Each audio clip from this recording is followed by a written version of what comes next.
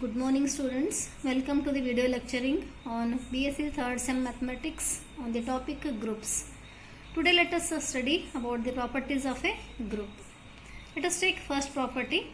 The identity element in a group G, star is unique. That is, in the definition of a group we have seen there exists an element E which belongs to G such that E into A is equals to A into E is equals to A.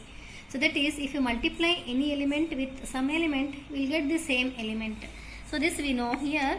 So the identity element in every group is unique. There is only one identity element in a group. Second property is, in a group G, star, the inverse of every element A is unique. So that is, every element has only one inverse. So this is the second property. And the third one is, in a group G, star, A inverse whole inverse means inverse of an inverse is the same element A for all A belongs to G. And the second one is AB whole inverse is equals to B inverse into A inverse. It is not AB whole inverse is equals to A inverse B inverse. It is B inverse into A inverse. This is for all A comma B belongs to G. It is also known as reversal law. And inverse of an identity element is the same element. Let us take one more property, that is the fourth property. In a group G, star, if we have an element like this, A into X is equals to A into Y, then this implies here X into Y for all A, X, Y belongs to G. This is known as left cancellation law. So it is like here A into X is equals to A into Y we have here on both sides of left side. In LHS, the left side, in LHS also we have two elements A and X. In RS also we have two elements A and Y. On both sides, left side elements are same. Here also we have A, here also we have A. We can cancel these two A's. And then this implies here X, this is equals to X into Y. We can call it as a left cancellation law. And similarly, if we have X into A is equals to Y into A, then see here, so LHS is X into A and LHS is Y into A. On both sides we have two elements and the right element on both sides is A. So we can cancel this A also, and this implies here it is equals to X into Y. This is for all X, A, Y belongs to G. It is known as here right cancellation law, because here we are cancelling the right element on both sides. This is known as here right cancellation law. Next property is, in a group G, star, given two elements A, B belongs to G, then we have 2 points in this. Then there exists a unique element X belongs to G such that X into A into X is equals to B. Suppose we have this relation A into X is equals to B. Then this X is equals to, we can take here X is equals to, if you take A in this side it becomes inverse. This implies here X is equals to, if you take A in RHS it becomes inverse, not divided by X is equals to A inverse into B. Similarly, there exists one more relation. There exists a unique element Y belongs to G such that Y into A is equals to B. Then this implies here it is not B, it is Y here. Then here Y is equals to B into A inverse. It is also same here. If you take Y, A in this side becomes inverse. This B as it is. So this implies here Y is equals to B into A inverse. And one more property, if A inverse is equals to A, means the element and its inverse are same. Then in that case here what we have here, if A inverse is equals to A, for every element of a group G is equal to its own inverse, then such a group is known as abelian. Means here an element and its inverse are same, then that group is known as abelian group.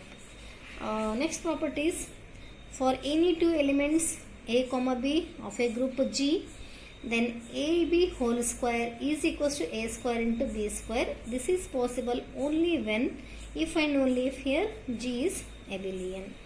And last property is a finite set G with a closed associative binary operation is a group if and only if the left and right cancellation laws are holds in a group. So these are all the properties of a group. So we have studied the definition and the properties related to these definitions. I hope you have studied these properties in your previous classes also. This is just the revision of the properties of a group.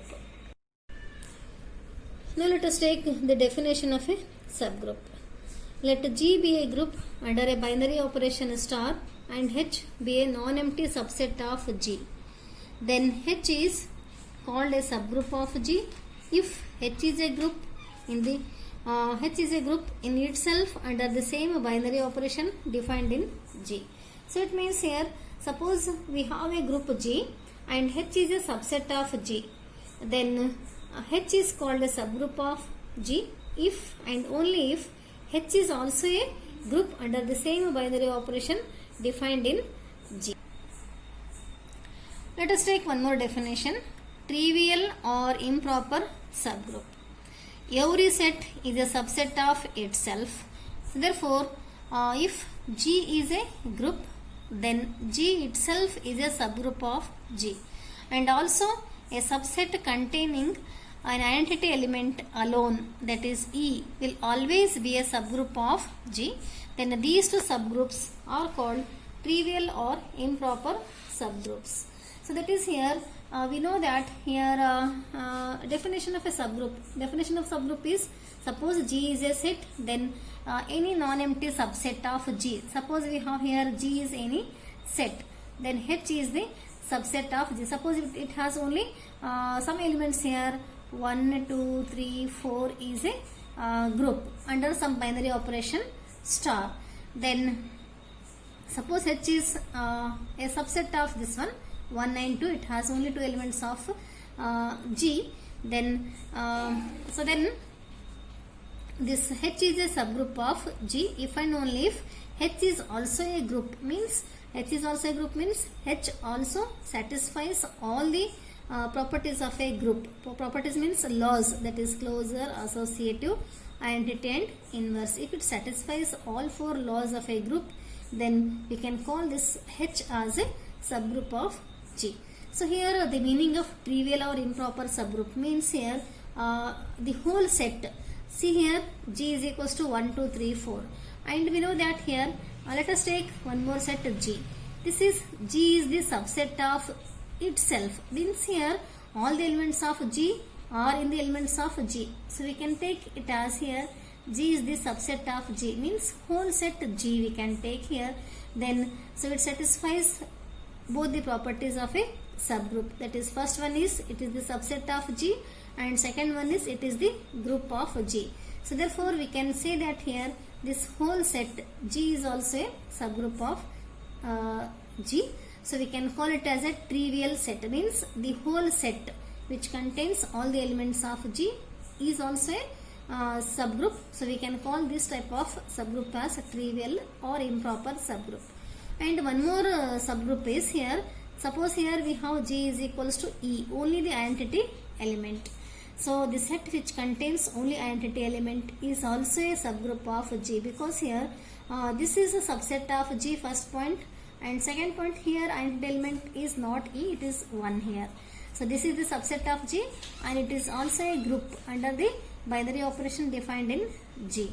Then this set is also known as here trivial or improper subgroup. So trivial or improper subgroup means here the group the whole set G and the set which contains only identity element are called trivial or improper subgroups.